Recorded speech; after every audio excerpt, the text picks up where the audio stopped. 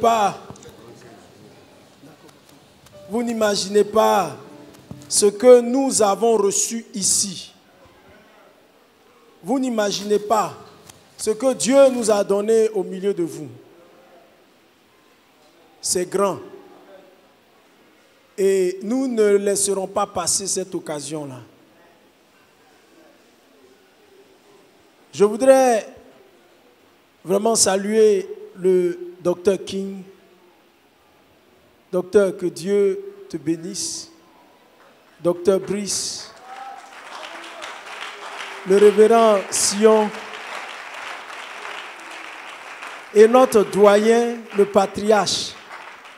Je n'étais pas là, mais 1982, qu'il a connu ce message. Vraiment, un baobab est sorti de là et de nombreux oiseaux se sont posés sur ses branches. Merci à vous. Merci à tous mes compagnons de voyage. Mon frère Ndouba, oh, merci à toi.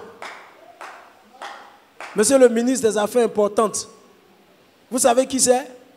Le ministre des Affaires importantes du Tabernacle Amour Fraternel, mon frère Loukou.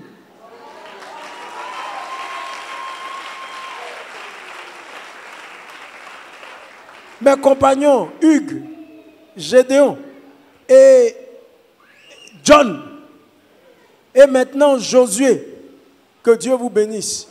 Vous n'imaginez pas ce que nous vivons comme expérience pendant ces voyages. Mon cœur est vraiment dans la joie. Ce matin, avant de parler, on va ensemble se tenir debout. Et je vais lire un verset.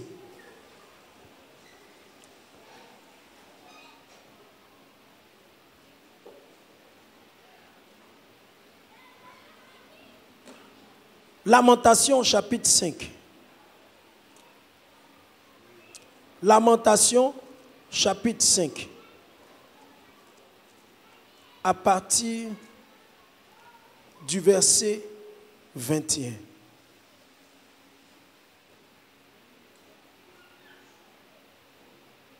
Fais-nous revenir vers toi, ô Éternel, et nous reviendrons. Donne-nous encore des jours comme ceux d'autrefois, des jours comme ceux de nos ancêtres, qui ne croyaient pas seulement en Dieu, mais qui vivaient Dieu. Donne-nous des jours comme ces jours-là. Que ces jours-là reviennent, où il n'y avait aucun indigent dans nos communautés, au temps des apôtres, où tous ceux qui rencontraient le Messie étaient guéris. Donne-nous des jours comme cela. Notre Dieu, nous te prions de nous conduire tout au long de ce moment et de bénir chaque parole qui descendra dans le cœur de chacun ici. Amen. Vous pouvez vous asseoir. Ce matin, je vais vous donner le thème qui va choquer plusieurs personnes. Le thème du message, c'est la 4e Bible. La 4e Bible. Il y a une 4e Bible. Et il faut que tu connaisses cette 4e Bible aujourd'hui. Nous avons tous entendu que Dieu a écrit combien? Ça ne vaut même pas la peine de donner la citation. Même à l'école du dimanche, tout le monde connaît. Mais comme vous voulez qu'on soit un peu, on agisse branamiquement parlant, je vais rentrer dans le protocole branamique et sortir. Et dans le protocole branamique, on va m'afficher la citation. Se revêtir de toutes les âmes de Dieu, prêché le 1er juillet 1962, paragraphe 69. On va faire branamiquement parlant, parce qu'on est à la fin d'un protocole. Mais avant de partir d'un lieu, il y a quand même certaines petites affaires dont on a besoin qu'il faut prendre. Il faut savoir partir. Et donc, on va lire cette citation-là. Eh bien, les gens ont toutes sortes de religions là-dessus, comme ils en ont sur les zodiaques. Mais chaque chose dans Dieu a écrit 3 Bibles. La première était au ciel, la deuxième était dans la pyramide, la troisième est sur la terre. Faites attention au temps. Le temps. La première Bible était, la deuxième Bible était, la troisième Bible est. S'il utilise le présent, c'est que c'est la Bible écrite à son époque et la Bible qui était là, qui était en vigueur à son temps. Était dans le ciel, était dans les pyramides et maintenant est sur la terre. La Bible que nous avons dans la main. Mais il y a une 4e Bible. Mais d'abord, il dit, et chacune d'elles s'accorde avec l'autre. On va voir d'abord, avant d'arriver, on est dans le thème, hein, les implications du réveil du midi. C'est là que nous allons, ne vous inquiétez pas. Mais il faut que nous partions de quelque part pour arriver à quelque part. Et donc, la 4e Bible. Pour connaître l'histoire de la 4e Bible, il faut connaître l'histoire des 3 précédentes Bibles. La première Bible, écrite dans le ciel. Sachez qu'à chaque fois que Dieu écrit, c'est qu'il y a une alliance. Et il y a une marque qu'il a laissée dans le ciel quand il a fait une alliance qui semblait être la signature finale de l'écriture dans le ciel. C'est quoi? L'arc-en-ciel. Qui marquait l'alliance de ce qui était écrit dans le ciel. Et puisque nous voyons toujours l'arc-en-ciel, c'est que cette Bible n'est pas périmée. Elle est toujours d'actualité. Le zodiaque. Parce que le ciel n'est pas encore passé. Il est là. La deuxième Bible, écrite dans la pierre. Mais on va voir comment la première Bible s'est accordée avec la troisième Bible dans les Écritures. Nous allons prendre Matthieu chapitre 2, le verset 2 à 7. Il y a un événement qui s'est produit là, et suite à cet événement, les 2 Bibles se sont accordées. Les mages sont venus d'Orient. Et quand ils sont arrivés, ils ont appris par le zodiaque qu'il y a un enfant qui est né dans un lieu. Son étoile brillait et l'étoile les a conduits jusqu'au lieu. Eux, ils sont mages. Ils arrivent à lire dans les étoiles. Ils connaissent le langage des étoiles. Ils peuvent déchiffrer ce que le zodiaque dit. Mais quand ils sont arrivés, Hérode ne connaît pas le zodiaque. Les scribes ne connaissent pas le zodiaque. Et ils ont donné la prophétie en disant, dans les étoiles, il y a un message qui nous dit que le Messie est arrêté et né à tel endroit. Les gens qui n'avaient pas le message du zodiaque devaient vérifier dans le message que eux ils avaient. Et ils ont dit alors, maintenant, Hérode appelle les scribes qui peuvent déchiffrer dans la troisième Bible quelle est la concordance entre le zodiaque et la troisième Bible. À ce moment-là, où est le roi des Juifs qui vient de naître? Car nous avons vu son étoile en Orient et nous sommes venus pour l'adorer. Quelle est la suite du texte? Le roi Hérode ayant appris cela fut troublé parce qu'il ne connaît pas le zodiaque. Alors, tout Jérusalem aussi était troublé parce qu'ils ne connaissent pas le zodiaque. Mais il y a une chose qu'ils ont, la troisième Bible. Et alors, il faut appeler des gens qui peuvent interpréter la troisième Bible pour déchiffrer et voir si la prophétie de zodiaque correspond avec la prophétie de la troisième Bible. Alors, qu'est-ce qui va se passer? Il assembla tous les principaux sacrificateurs et les scribes qui savent déchiffrer la troisième Bible. Et il s'informa auprès d'eux d'où devait naître le Christ selon la troisième Bible. Il y avait un problème de concordance. concordance. Est-ce que les deux prophéties concordent? Si elles ne concordent pas, c'est que les mages sont des féticheurs. Et qu'est-ce qui s'est passé? Il lui dit, c'est à Bethléem. C'est écrit en Judée, car voici ce que a écrit le prophète. Qu'est-ce qu'il a dit? Et toi, Bethléem, terre de Juda, tu ne cèdes pas la moindre entre les principales villes de Juda, car de toi sortira un chef qui paîtra Israël, mon peuple. Les mages ont regardé l'étoile, les scribes ont regardé la troisième Bible. Et il y avait une concordance. À partir de ce moment, le message était vrai. Hérode était troublé, car la prophétie était vraie.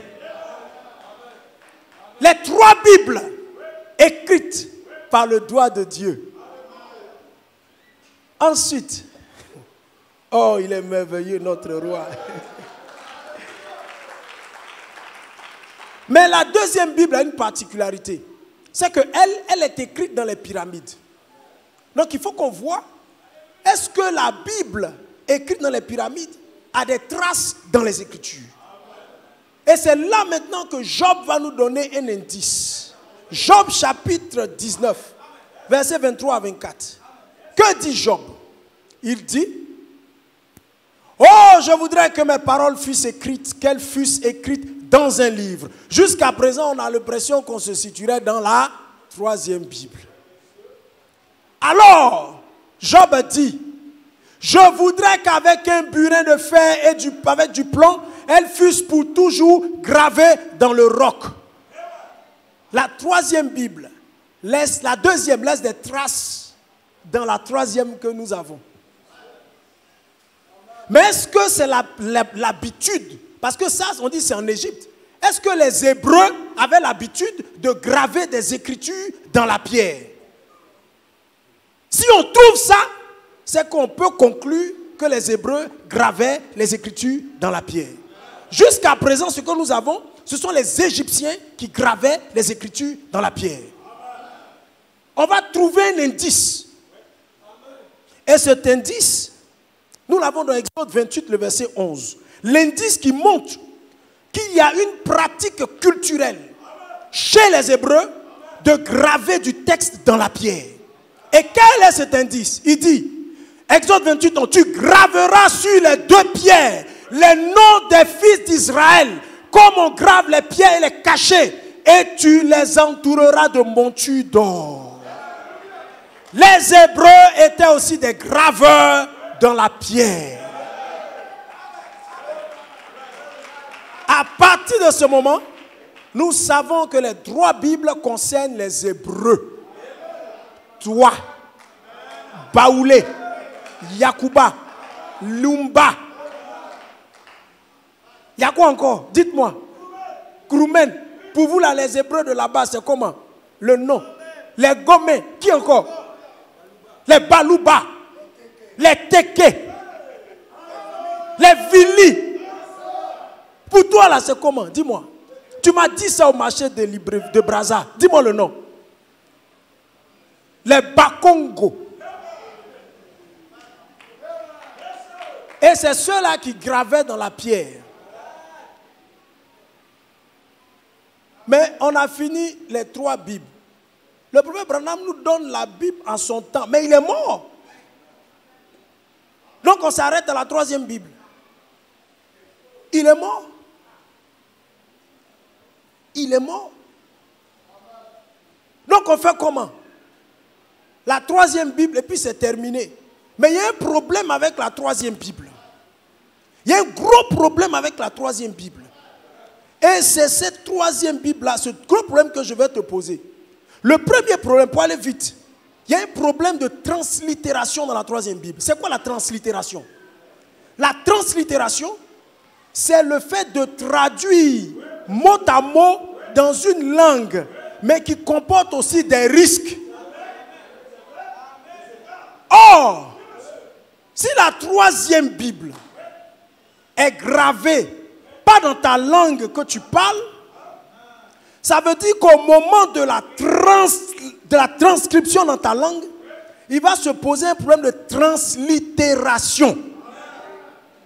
S'il y a un problème de translittération, c'est que tu ne comprendras pas ce que le prophète a dit dans ce texte. La preuve, on te dit, en Ésaïe 19, 5 villes en Égypte parleront la langue de Juda. L'une d'elles sera appelée ville de destruction. Ça, c'est la spécialité du docteur King. Comme j'ai vu un peu ses notes tout à l'heure, je ne vais pas en parler.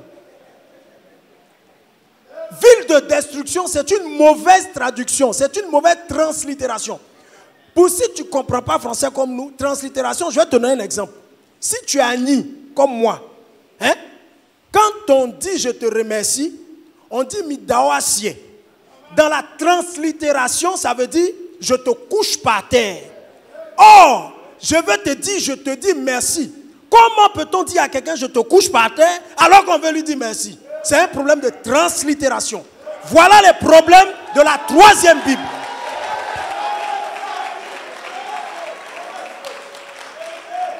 Deuxième problème de la troisième Bible, les erreurs de traduction.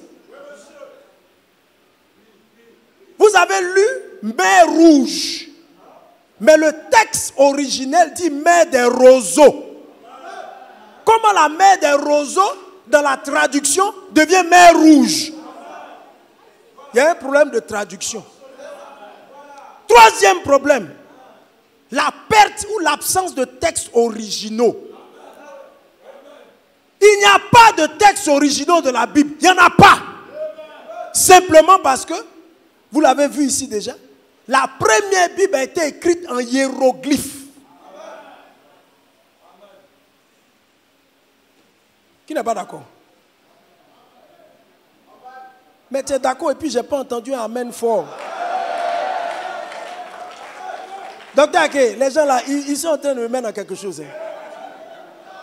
C'est ça, non? En hiéroglyphe. Les Médounétiens qui ont été déformés, qui ont donné après l'hébreu carré, déformés, qui ont donné l'arabe, mais là c'est parti des hiéroglyphes. Parce que Moïse, on dit il fut enseigné dans toute la sagesse des Égyptiens. Exode 7, Actes 7, 22. Mais la sagesse des Égyptiens, c'est une langue égyptienne. C'est là qu'il a étudié jusqu'à l'âge de 40 ans. Vous pensez que c'est après 40 ans que quelqu'un apprend une langue? Mais quand Dieu écrit la table dans une langue pour donner à Moïse, c'est dans la langue qu'il comprend. Quelle langue Moïse comprenait? Moïse comprenait les hiéroglyphes.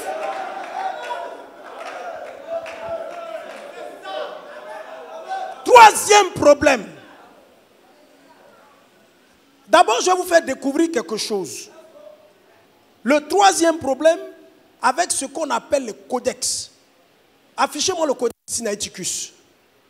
C'est quoi le codex? Le codex, c'est la première codification, donc les transcriptions des textes bibliques sur du papier en peau de bœuf. C'est difficilement lisible. Mais je vais vous résumer ça rapidement. C'est la première Bible complète.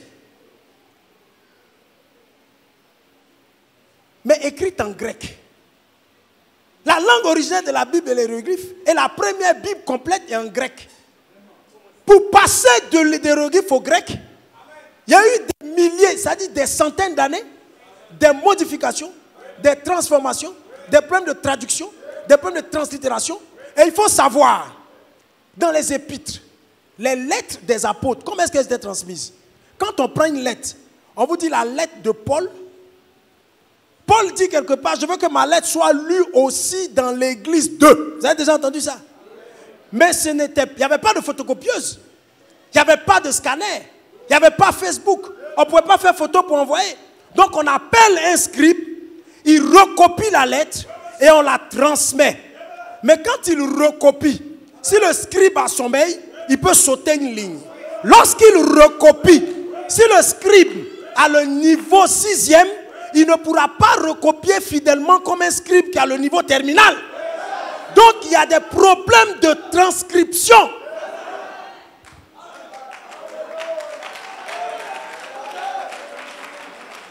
Et après, le Codex Sinaiticus ne contient pas le texte de Jean, chapitre 7, verset 53, jusqu'au chapitre 8, verset 1 à 11.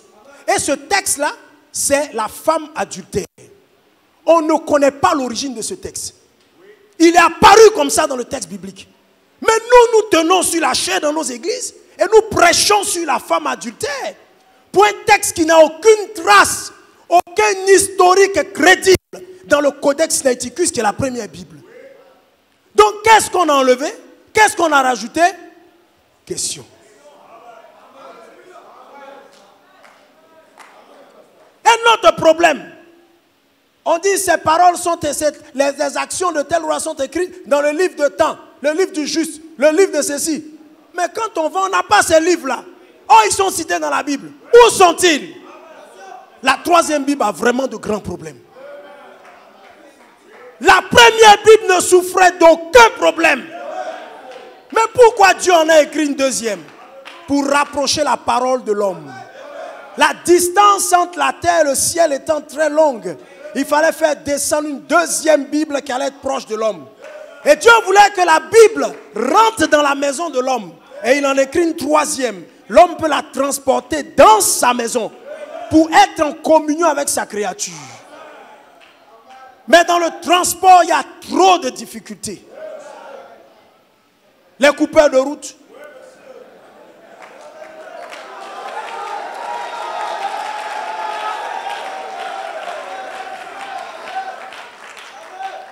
Les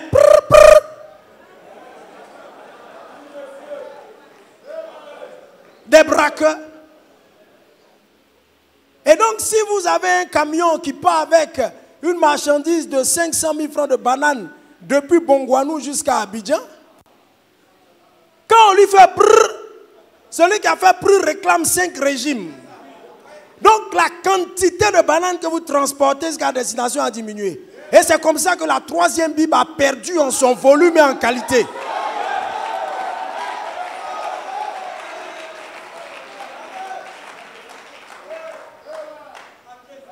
Il n'y a pas le texte de Jean 7, 53 jusqu'au Jean chapitre 8, verset 1 à 11. Tapez Codex Sinaiticus, vous ne verrez pas ça. Maintenant, les traductions, les copies, il n'existe pour les évangiles. La copie la plus récente est au moins la 200e copie de l'original. Vous comprenez ce que je suis en train de dire? C'est copie de copie de copie de copie de copie de copie de copie 200 fois qui vous donne le texte des épîtres le plus récent. Prenez des ingénieurs diplômés de l'INSET, de ceci, de cela, faites-les asseoir. Prenez-leur un texte de 10 pages. Demandez-leur de recopier 200 fois. De la première copie à la 200e copie, vous allez trouver des erreurs. Beaucoup d'erreurs. La troisième Bible souffrait de trop de choses. La deuxième Bible a été attaquée. Il y a eu une inondation. Et on retrouve dans les eaux des stèles, des écritures, des tablettes de nos ancêtres. Mais après combien d'années? Il y en a qu'on n'a plus jamais retrouvées. Les ancêtres ont écrit des choses dans les pyramides. Vous venez casser le nez.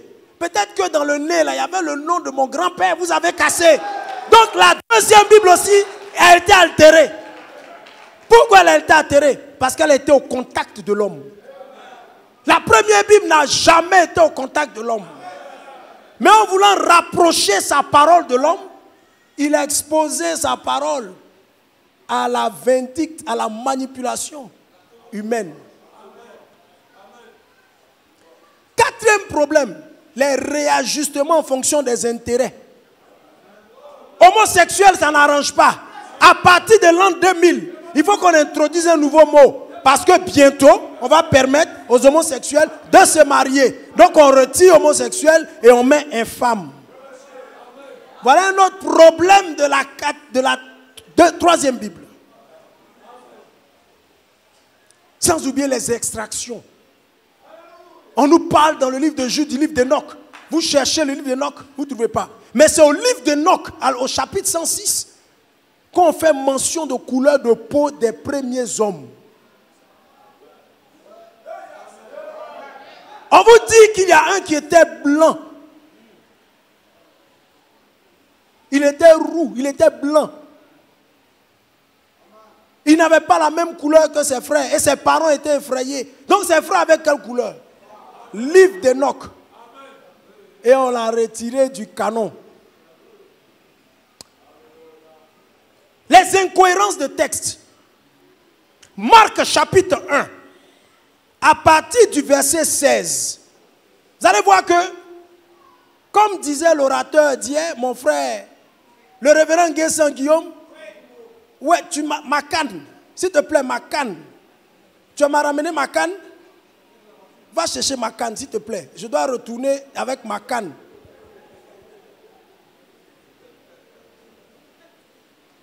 Il disait hier qu'on n'est pas bête. On ne peut pas laisser notre cerveau dehors pour entrer. Donc on va essayer de lire un texte, une incohérence entre deux textes. Marc chapitre 1, donnez-moi ça, Marc chapitre 1, verset 16. On te dit rapidement que Pierre et Jean étaient en train de pêcher. Et ils pêchaient ensemble. Et Jésus est passé. Et il dit, venez, je vous ferai pêcheurs d'hommes. Comme il passait le long de la mer de Galilée, il vit Simon et André. Quand vous lisez là, ça veut dire que les deux étaient ensemble, n'est-ce pas? Prends le texte de Jean chapitre 1, verset 40 à 41. Jean chapitre 1, verset 40 à 41, ce n'est pas la même histoire. Dans l'histoire de Marc, on dit qu'ils étaient ensemble. Et ils marchaient et il les a rencontrés. Mais dans l'histoire de Jean, André, frère de Simon-Pierre, était l'un de ceux qui avaient entendu les paroles de Jean et qui avaient suivi Jésus. Ensuite, lis la suite, tu vas voir, verset 41. Ce fut lui qui rencontra le premier son frère et dit, nous avons trouvé le Messie. Ce n'est pas la même histoire. La première histoire, les deux sont ensemble. La deuxième histoire, il y a un qui voit le Messie et qui prend son frère, qui dit, viens, on va te montrer le Messie. La troisième Bible, elle était altérée. Donc maintenant, on fait comment? Demande à ton voisin, on fait comment? On fait comment? La troisième Bible est altérée. Or, le prophète en qui nous croyons dit qu'il y en a trois. Mais il n'a jamais parlé de quatrième. Le prophète a tout dit. Il a tout dit. Or, branamiquement parlant, ou comme on a vu à Douala, colmanismiquement parlant, parce qu'à Douala, le pasteur nous a dit, je suis un branamiste colmaniste. Ouh, j'ai reculé. Moi, je ne connaissais pas. Je viens d'arriver. Un là déjà, j'ai du mal. Tu vas mettre un deuxième. Colmaniste. Oh. Après, j'ai vu une douba. On partait payer notre poisson braisé. Il dit, oh, Coleman, là, c'est quoi? Il dit, oh, je vais te parler de Coleman. Voilà Ben Achut. Voilà tant. Il est venu à Abidjan. Voilà tant. Les noms là, il y a qui encore? Ben Achut. Il y avait un autre là, Sierra Leone. John Conte. Mais je dis, quand j'écoute le frère Douba, j'ai l'impression d'être en train de regarder un film. Mais c'était passionnant. Oh, mon frère Douba. Oh, sois salué, frère. Il m'a briefé. Et quand il finit de tout, il me dit, on dit les gens prophétiques, on dit Coleman ne va pas mourir. Il ne va pas mourir, il ne meurt pas. Non, il ne meurt pas. Et il y a un gars qui est assis à Yopougon ici. Et il dit non, après ça, la prophétie continue. Ah! Toi petit là, tu dis ça. Les anciens là disent non. Toi là, on te tient à l'œil. Or, le message ne s'arrête pas. Parce que Dieu n'a pas fini de travailler avec les hommes parce que nous sommes encore sur terre. Alors, il y a une quatrième Bible. Et cette quatrième Bible est liée directement au réveil d'Israël. Cette quatrième Bible allait être écrite ou sera écrite uniquement dans le cadre du réveil d'Israël. Et elle a été prophétisée dans la 3e Bible. C'est pour ça que Jérémie dit, c'est donc en vain que s'est mise en exercice la plume mensongère des scribes. Ça veut dire que malgré la tripatouillation ou le tripatouillage, il y a un reste qui sera préservé. Des prophéties qui seront préservées et qui trouveront leur accomplissement en notre temps et au temps de nos enfants. Et quelle est cette prophétie? Je pense qu'on peut s'arrêter là, docteur. On va s'arrêter? On peut s'arrêter? On va s'arrêter? Non, on va s'arrêter. Ils ne veulent pas la 4e Bible. Non, non, non, on va s'arrêter. Mon diacre, c'est fini. C'est fini. De prendre encore.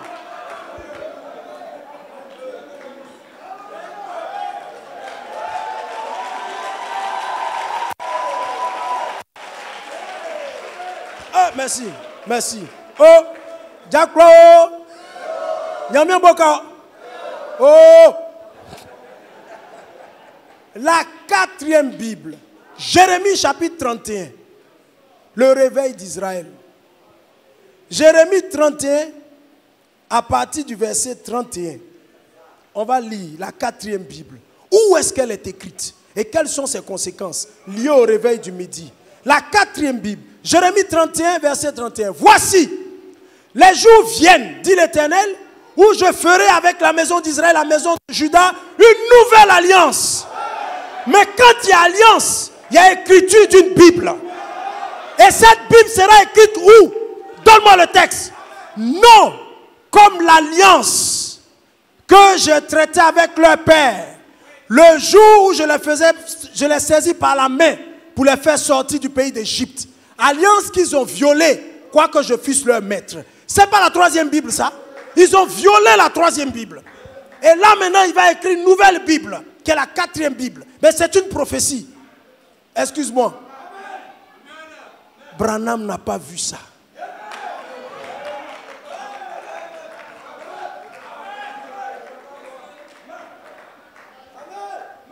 La 4e Bible, dit quoi? C'est où? Elle sera écrite où? Lis-moi ça. Mais voici l'alliance que je ferai avec la maison d'Israël. Après ces jours-là, dit l'Éternel, je mettrai ma loi au-dedans d'eux. Au-dedans d'eux. Je l'écrirai dans leur cœur. Et je serai leur Dieu. Et ils seront mon peuple. La 4e Bible, écrite dans le cœur de l'homme hébreu africain.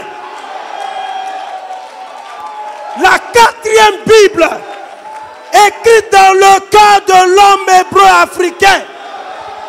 Voici le thème de mon message. Et quand cette Bible est écrite, ce n'est pas une Bible collective. Elle est individuelle. Parce que quand tu as lu la Bible collective, tout le monde dans le message fait la même chair. Tout le monde garde la même organisation dans le message. J'ai un administrateur, j'ai les diacres, j'ai un pasteur, j'ai les pasteurs associés. Organisation, d'où dénomination.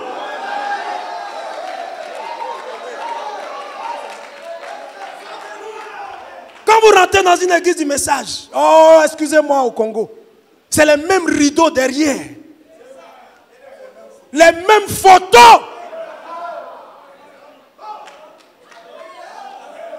Il a le sentiment que s'il ne met pas la photo de Branham, les gens vont le critiquer. Mais ça vient de la 3e Bible. C'est une imitation. On copie ce qu'on voit. On veut ressembler aux autres.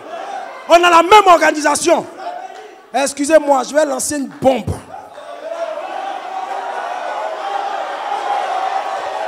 Pour savoir qu'on est d'une église du message, il faut porter veste, cravate, chemise, être fourré. Et on reconnaît que c'est le message.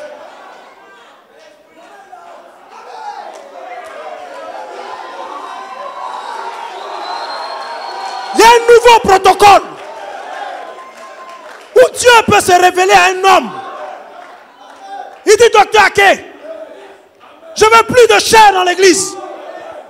Je veux que tu te mettes au milieu et que tout le peuple se mette autour de toi.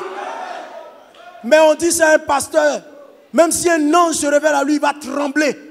Parce que les autres pasteurs du message verront ça. Et ils vont me critiquer sur le groupe. Il a été dit à Moïse, fais selon le modèle que tu as reçu. Tous les pasteurs du message sont des copistes. Ils copient ce qu'ils ont vu ailleurs. Ils ont vu une copie, recopie. Je mets au défi tous les pasteurs du message à me dire qu'ils n'ont pas copié ce qu'ils ont vu chez notre pasteur du message. Lève ta main. Lève ta main. Si tu es pasteur du message et que tu n'as jamais copié ce que tu as vu dans une église du message, lève la main.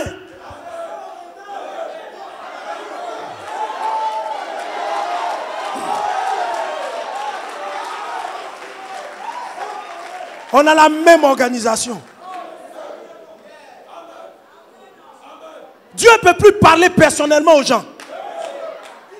Il s'est révélé à Osée. Il dit à Osée, toi Osée, va prendre une prostituée. Fais des enfants de prostitution.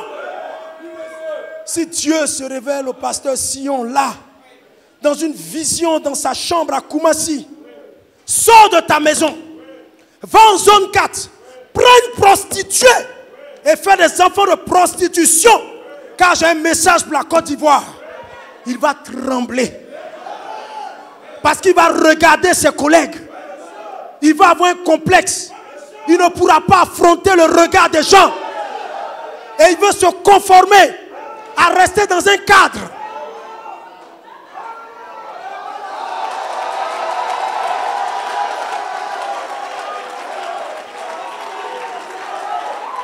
Oh mon Dieu. Oh mon Dieu.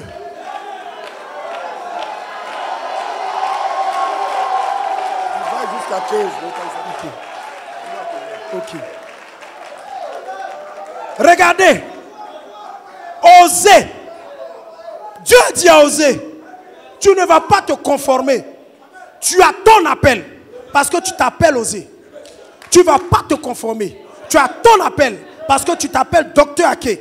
Chez toi, ce que tu prêches, c'est que les Hébreux sont noirs. Que les gens écoutent qui n'écoutent pas.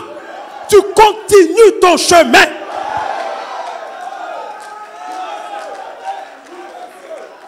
Il se révèle à David. David court, il fuit son fils Absalom. Il arrive chez le sacrificateur. Il n'y a pas à manger. Il y a les plein de propositions. Sacrilège, on ne touche pas. David dit aujourd'hui, ce sera sanctifié par ceux qui le mangeront. Il vient de violer la loi, mais avec la caution divine.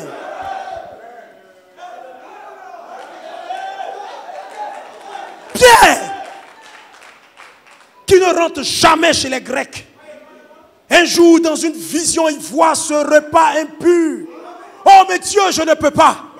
Imaginez que Pierre ait dit à Jean, à Luc, à Matthieu, ce soir, je vais rencontrer un grec. Ah, Pierre, tu as un problème dans l'enseignement. Il y a quelque chose qui ne va pas avec toi, Pierre. Pierre, ça ne va pas. On ne donne plus aux gens l'occasion de recevoir directement de Dieu. Il faut que ce soit conforme à Branham a dit. Branham a dit. Branham a dit.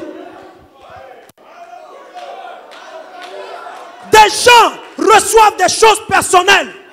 À compter de ce jour, mon nouveau protocole, je ne m'occupe plus de ce que les gens disent autour de moi.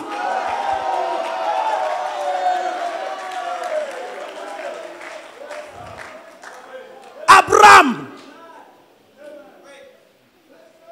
il répudie une femme. Il a répudié Agar pour accomplir le dessein divin. Imaginez le religieux qui vient chez Abraham, le docteur de la parole, qui va venir s'asseoir avec Abraham. Oh, tu sais, la Bible dit, on ne répudie pas une femme. Tu sais, il faut que tu fasses attention.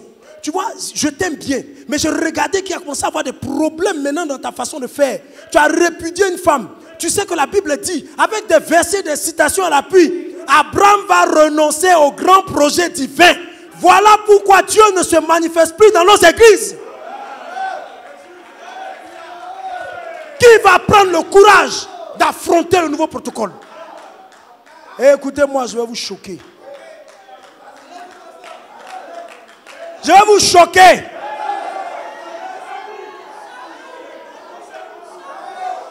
Jérémie, beau gosse, jeune. Dieu dit à Jérémie, toi, tu ne te marieras point. Tu prendras point de femme. Oh, imaginez le religieux branhamiste qui vient voir Jérémie. Oh, tu sais, frère, la chair est faible. Tu sais qu'à un moment donné, tu peux aller en mission. Et tu sais que tu peux... Je suis allé un jour en mission. Je suis quitté à Madagascar, j'ai atterri en Éthiopie, à Addis Abeba. Les gens sont venus taper à ma porte. Les prostituées sont là. On vous les envoie à quelle heure? Vous allez vous laver d'abord ou bien ils viennent maintenant?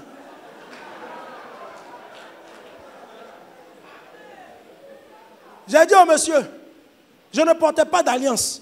Parce que moi, baptistement parlant, je ne mettais pas de bijoux. Et je me retrouve à l'hôtel. Le monsieur n'a pas vu d'alliance. Il veut m'envoyer une prostituée. J'ai dit à ma femme, je vais maintenant porter l'alliance. Pour qu'on sache que tu es dans mon cœur.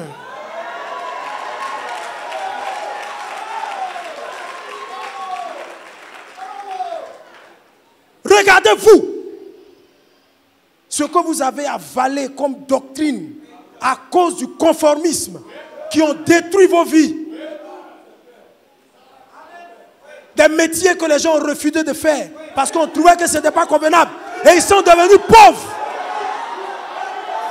Des gens qui avaient des talents, qui ont abandonné leurs talents à cause des doctrines. Dieu t'a dit quoi? Quel est le message de Dieu pour toi? Il a été dit à Moïse. Exode 25, verset 40. Lisons. Non, j'ai dit le nom, s'il vous plaît, le nom. Non, enlevez le nom. On a déjà discuté. Enlevez le nom.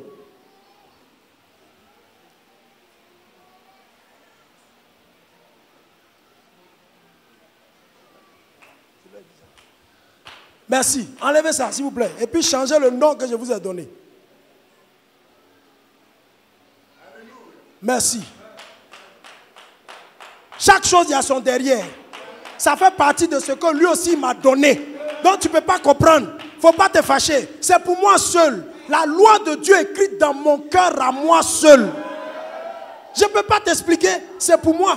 Si tu vois quelqu'un en train d'adorer et puis il marche comme ça, c'est la loi de Dieu pour lui. Il ne faut pas te perdre à critiquer. Exode 25, verset 40.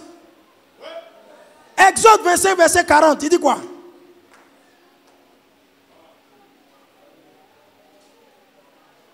Regarde et fais d'après le modèle qui t'est montré sur la montagne. Sachant que Moïse était seul. Personne ne l'a accompagné. Il y a une maman qui est chez nous à l'église. Elle n'a pas pu venir aujourd'hui parce qu'elle a un événement. Son mari devait être licencié le lendemain. Il est rentré au travail le soir et il a eu un gros problème, on devait le licencier. La maman va dormir et elle a une inspiration. Dans sa maison, il y a un arbre d'hysope. Psaume de David. Purifie-moi avec l'hysope afin que je sois pur. Psaume 51. La maman reçoit ce verset. Elle met sa main sur l'arbre. Elle dit, Seigneur, c'est toi qui as donné la nature. Que tous les hommes seront purs. Son mari avait vraiment commis ce pourquoi on l'accusait. Mais tu peux le purifier. Là maintenant, l'hysope qui est là, je coupe. Et je vais me mettre dans l'eau. Il faut que ça lave mon mari. Elle a coupé les feuilles. Elle a mis les feuilles dans l'eau. Et le matin, elle dit à son mari, va te laver avec ça. Son mari s'est lavé avec. Elle a rendu le témoin chez nous à l'église. Les témoins sont là. Les témoins sont là. arrivé au travail. Le patron qui devait licencier le monsieur l'appelle. Hey, j'ai un autre projet à te confier. Il faut qu'on discute. Hysope.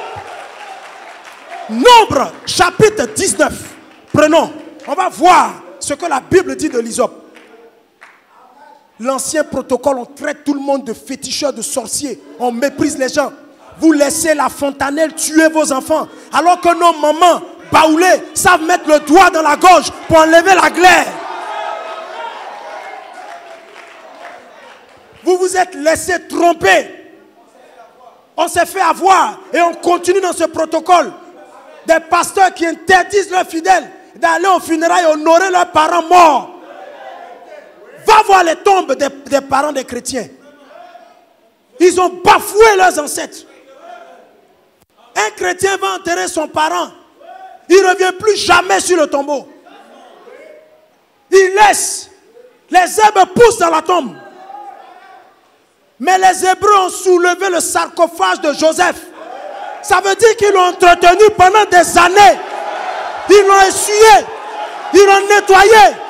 Ils l'ont regardé. Ils ont pris soin jusqu'à le porter sur la terre promise.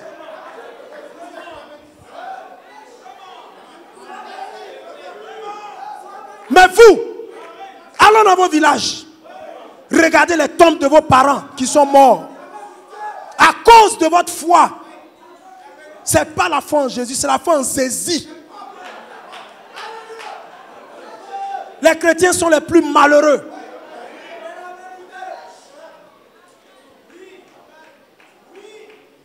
Ézéchiel. Dieu dit à Ézéchiel, à compter de ce jour, tu vas manger caca. Le docteur de la loi rentre chez Ézéchiel. Ézéchiel est à table. C'est l'heure du repas. La femme d'Ézéchiel envoie le repas. Quand on ouvre, il y a un boulet de canon qui est là, dans la belle soupière argentée. Ézéchiel dit, je ne peux pas te servir parce que ça c'est pour moi. Mais on va t'envoyer un agneau gras. Et le branamiste va regarder Ézéchiel pour lui dire, Ézéchiel, mais tu vas avoir des indigestions. Tu sais qu'il y a une bactérie qu'on appelle la bactérie E. coli qui se trouve dans les selles. Si tu manges ça, tu risques de faire une fièvre typhoïde. Parce que les excréments là, d'abord c'est souillé, ça sort de ton corps. Jésus dit, c'est pas ce qui rentre dans le corps qui souille, c'est ce qui sort. Oh, c'est déjà sorti. Et puis toi tu veux remettre dedans. C'est déjà souillé. Ézéchiel, Ézéchiel, Ézéchiel, Ézéchiel, Ézéchiel, Ézéchiel. Mais Ézéchiel savait qui lui avait parlé. Ézéchiel avait une relation directe avec le roi, qui lui donnait ses instructions. Mais vous avez fermé vos oreilles. Vous ne voulez plus que Dieu vous parle. Vous voulez imiter. On met le défi aux gens ici. Va ouvrir une église. Il a le modèle de ce qu'il a vu au tabernacle à Bouffaternel. Il va aller commander la même chair. Il va aller commander le même tapis. À la limite, il va appeler le docteur à quel vieux. La chair petite chair. Non, pas la grande là. Ça, je n'ai pas encore l'argent pour payer ça. La petite chair là. Donne-moi le nom du menuisier qui a fait ça. Et on copie. Toutes nos églises se ressemblent. Il n'y a pas de miracle. Il n'y a rien. Nombre 19. Il dit quoi? C'est le nouveau protocole. Dr. King, moi, j'ai une commission pour toi, docteur. Tu vas nous donner aujourd'hui là le nouveau protocole. Je ne sais pas le message que tu as préparé. Hein. Moi, je ne connais pas. Ce que je sais, c'est que quand on sort d'ici, il faut qu'on ait le nouveau protocole.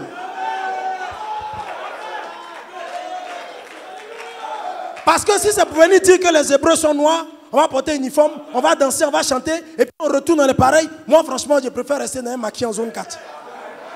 Là-bas, je serais mieux dans mon mensonge. Oui, mais j'allais continuer à prophétiser, parler en langue sur les gens. J'allais être plus à l'aise dans mon mensonge. Mais je suis rentré là.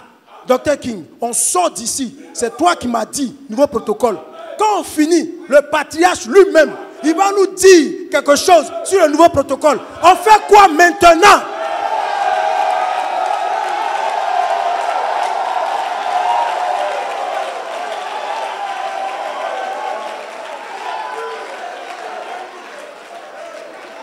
On va regarder la louange.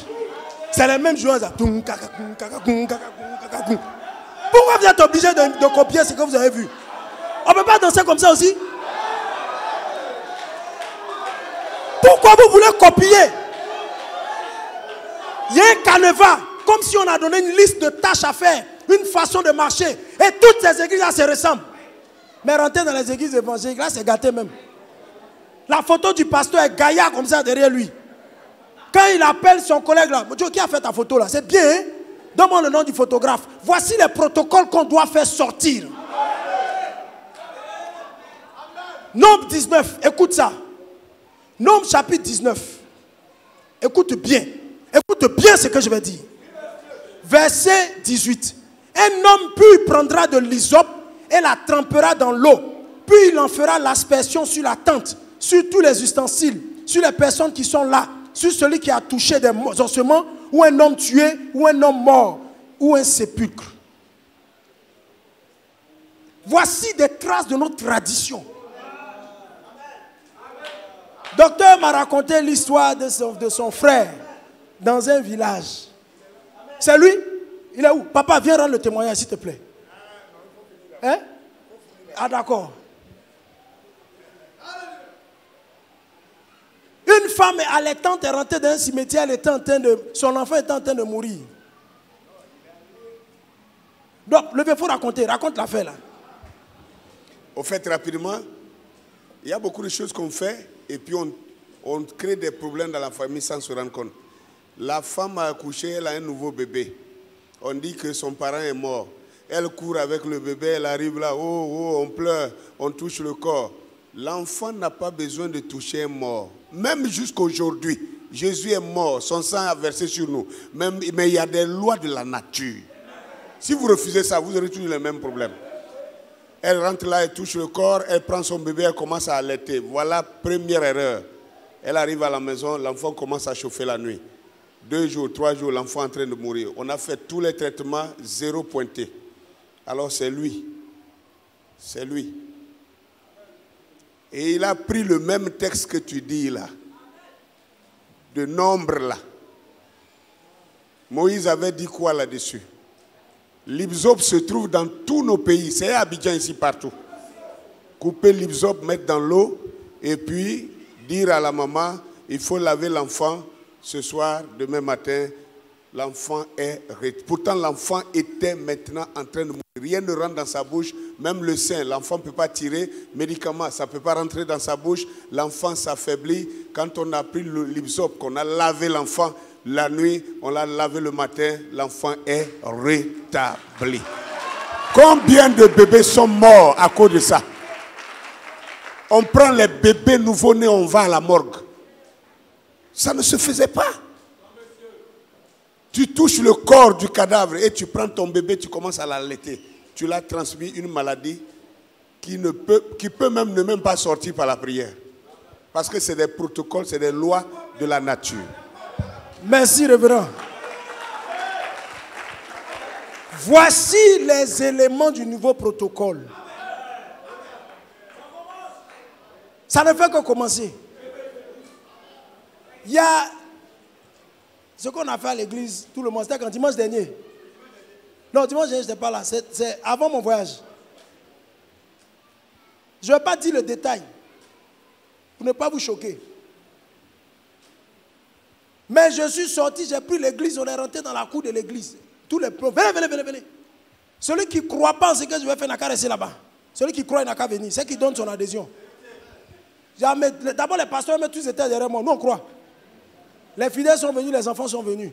On a fait ce qu'on avait à faire, nous avons prié. Et nous sommes partis. Quand j'ai fini, j'ai appelé le docteur. J'ai dit, le vieux, nous, on a fait ça là aujourd'hui. Il dit, hé, Akena. J'ai dit, je n'ai plus de limite. Le nouveau protocole.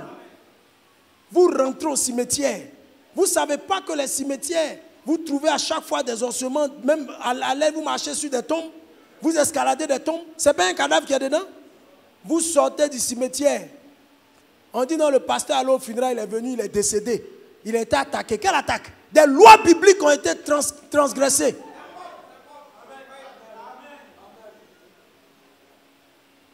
Quand dans notre tradition, on met l'eau dehors à la sortie du cimetière, on coupe les feuilles, on met dedans là. C'est Nombre 19, c'est pour nous. On te dit, prends, lave tes mains. Tu dis, non, non, j'ai gel hydroalcoolique. Qui t'a dit que c'est pour tuer les microbes? Chacun doit recevoir son protocole. Il n'y a plus de barrière. Je ne traite plus avec une ligne doctrinale.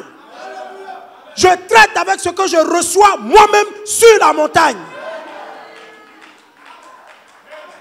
C'est alors que vous verrez Dieu opérer des signes, des miracles au milieu de nous.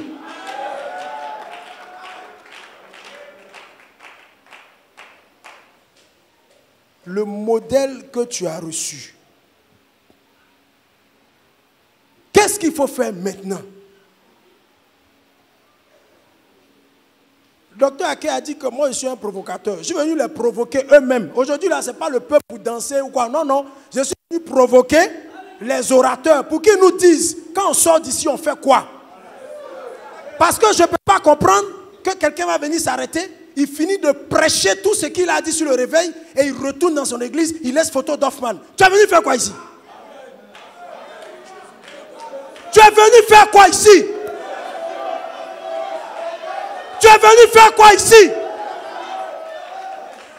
Des gens vont s'approcher de Dr Ake en toute hypocrisie parce que c'est des vieux prédicateurs, ils savent manier la langue, ils vont faire semblant d'avoir accepté le message. Écoutez-moi bien, Ivoirien dit, là où tu sautes pour regarder là, nous on est couchons, on voit là-bas.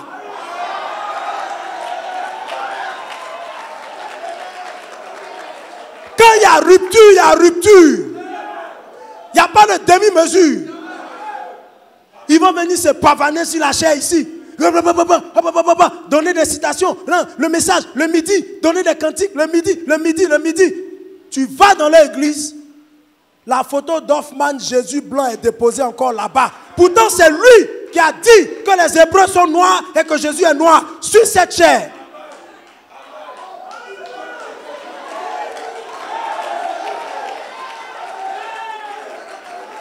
Tu n'as plus rien à faire ici. Ta place n'est plus ici.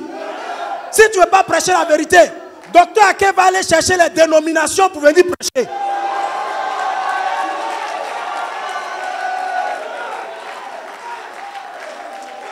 Regardez comment les mamans ont investi pour préparer.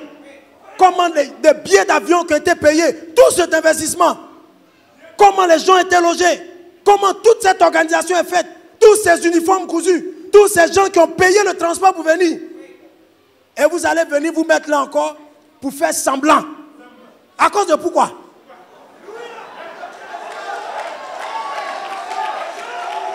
On veut se compter maintenant. Le vieux, nous tes enfants là, on veut se compter maintenant. Si nous on marche derrière toi, on veut être sûr que celui qui marche derrière nous aussi là, il est dans la même ligne que toi. Sinon nous, on va le mettre dehors. Tu ne peux pas faire partie. Tu ne peux pas faire partie.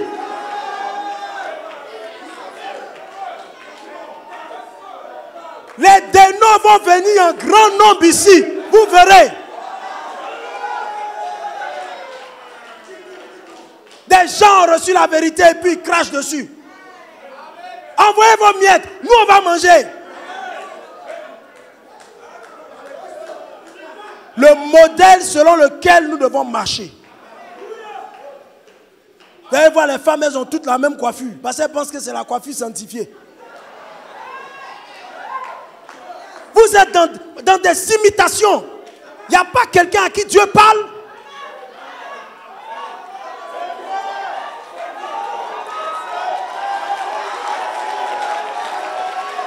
Dieu t'a dit quoi?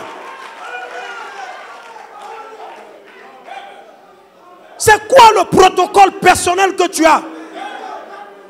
Ton protocole, c'est la copie de copie de copie de copie de copie de copie de copie de copie.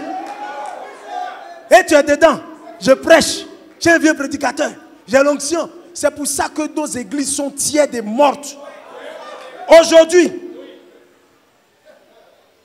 si je suis assis ici et que pour opérer un miracle, le Seigneur m'a dit de cracher sur ta figure, je vais aller chercher ce qui est en bas jaune là. Je vais remuer ça pour remonter.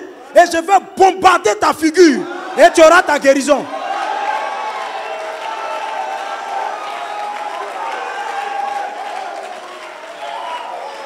Il est l'heure de sortir. Écoutez, c'est une convention.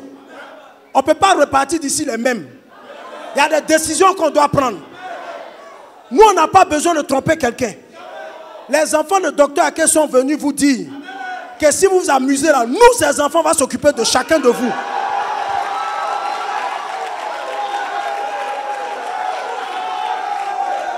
Quand tu vas repartir d'ici, tes photos branamiques là, tu vas aller les enlever.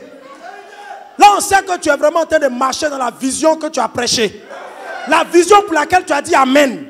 Parce que tu ne peux pas dire Amen. Et quand on retourne, on va aller te visiter dans ton église. On va t'écouter encore. C'est de Branham m'a dit de la première minute jusqu'à Branham m'a dit de la dernière minute. Et tu vas raconter tes citations. On est dans un nouveau protocole. Le réveil du midi, c'est le réveil de l'Afrique. Le réveil des Hébreux, c'est ce que Dieu nous a donné. C'est pour nous. Maintenant, nouveau protocole. À qui Dieu parle? La Bible dit, le jour de la Pentecôte, ils étaient 120 et des langues semblables à des langues de feu se sont posées individuellement sur chacun. Il n'y avait pas la langue, ce n'est pas la langue que nous parlons, mais c'est des flammes. Quand vous brûlez les herbes au village, les petites flammes qui montent, c'est ça la langue de feu. Donc elle s'est déposée sur chaque tête. Il n'y avait pas une grosse langue que chacun allait partager. Une langue sur la tête de chacun. Et cette langue-là était le ministère de chacun, l'appel de chacun, la révélation de chacun, la montagne de chacun. Et c'est selon ça que chacun a marché. Et aujourd'hui, chacun doit prendre une décision ici. Là, tu ne peux pas venir ici, payer billet, payer transport, payer car, affronter les embouteillages pour retourner avec les mêmes protocoles. C'est une rupture. Aujourd'hui, c'est une rupture. Le protocole ancien est terminé. On rentre dans un nouveau protocole. Et ce protocole nous sera révélé. On veut les écouter. Dr. King, Dr. Ake. Chez nous en Agni, on dit Annette et Annette. Annette et Annette. Aujourd'hui, c'est aujourd'hui.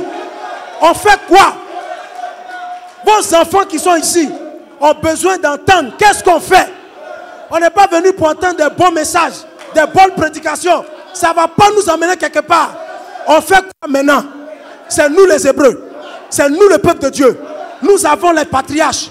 Nous avons la Bible. C'est notre patrimoine. Nous avons le Messie. Le Dieu des cieux a la même couleur que nous. On fait quoi maintenant?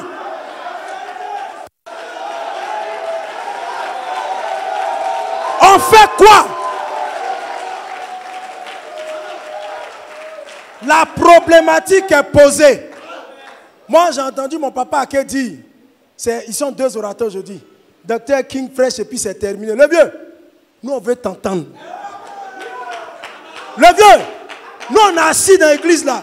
Si tu ne parles pas, nous on ne sort pas.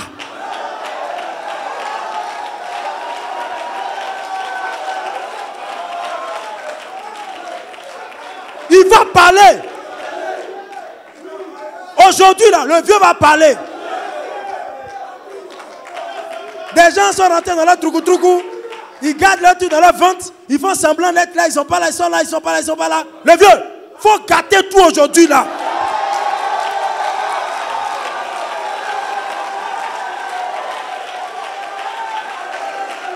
C'est pourri, c'est fini. Tout ce qui est pourri, on va faire sortir. On est arrivé maintenant à la phase. Quand nous, on a écouté tout ça, un jour, j'ai réuni les pasteurs. On va prier. Et quand on a commencé à prier, il y a un cantique qui est descendu par rapport à ce message-là. C'est ça, on va chanter. Maman, prends le micro. On va chanter ça, on va prier avec ça. Maintenant, là, on a fini, hein? Le message est terminé. Le vieux m'a dit d'aller jusqu'à 15. Moi, ici, là, au début, j'ai demandé à mon parrain, je peux finir, il dit non. Le vieux est venu dans mon oreille, il dit fils, va jusqu'à 13h15. Moi, je suis un enfant obéissant. Donc, je reste jusqu'à 13h15. J'obéis à ce que mon papa m'a dit. Point à la ligne. On va prier. Il faut que chacun retourne de cette convention avec l'onction personnelle. Ne peut rester là-bas, reste là-bas. Ne peut rester là-bas. L'onction personnelle de son appel. La langue de feu personnelle. C'est personnel. C'est toi qui la reçois. Elle ne se partage pas.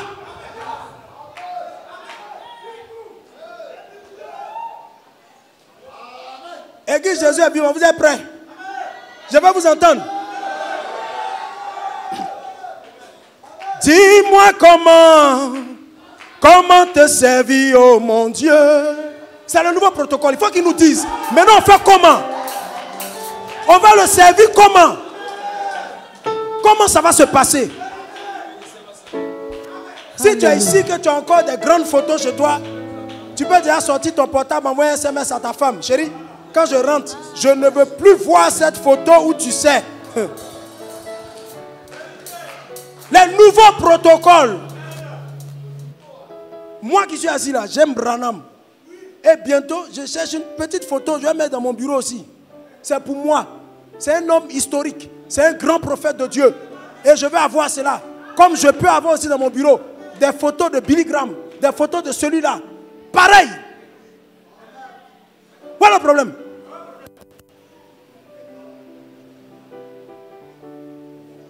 Branham à gauche, Hoffman à droite, la nuée au milieu. J'étais avec Gédéon et puis je pense Auguste de Vie et puis Ndouba. On était dans un car, on revenait de Pointe-Noire pour Brazza. Et on a tourné la tête, je vous assure. Gédéon, tu as la photo, non? La même image de la nuée de gloire dans un nuage. Eux, ils n'ont pas vu. J'ai dit la nuée de gloire. Ils pensaient que je plaisantais. Gédéon s'est tourné, il a vu, il a pris la photo. Intégrale, tu prends les deux, c'est pareil. C'est quitté où?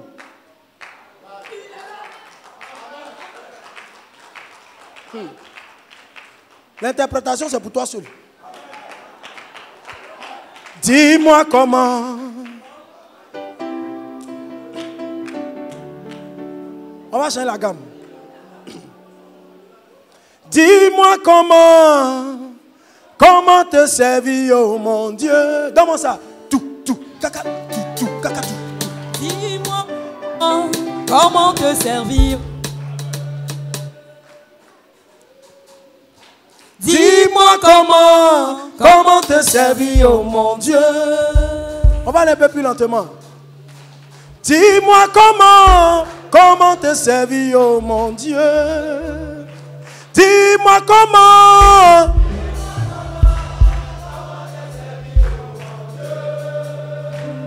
Marocain, Vanny, allez là-bas. Allez chercher le micro. Vous allez répondre. Parce que ça là, il y a sa réponse. Il y a sa façon de répondre. Si tu n'es pas initié, tu ne peux pas. Oh mon Dieu. Gloire. Je vous ai dit, on venait aujourd'hui ici, non? On est là. Vous savez, dans une famille, quand souvent les enfants sont têtus, le papa va chercher un de ses enfants quelque part. Il dit, viens, il y a tes frères là, viens, tu vas les corriger. Je suis venu à cause de vous. Mais vous savez, pour nous là, c'est comme ça.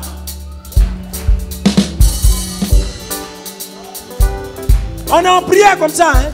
Là maintenant, le prophète Branham dit que quand Dieu choisit quelqu'un, ce n'est pas parce qu'il a prié qu'il a reçu l'onction ou le ministère pour exercer des prodiges.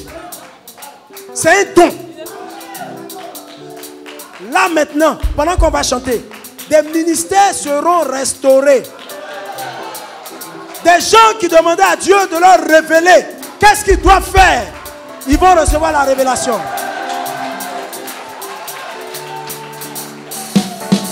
Dis-moi comment te... Non. Tu m'as changé la gamme.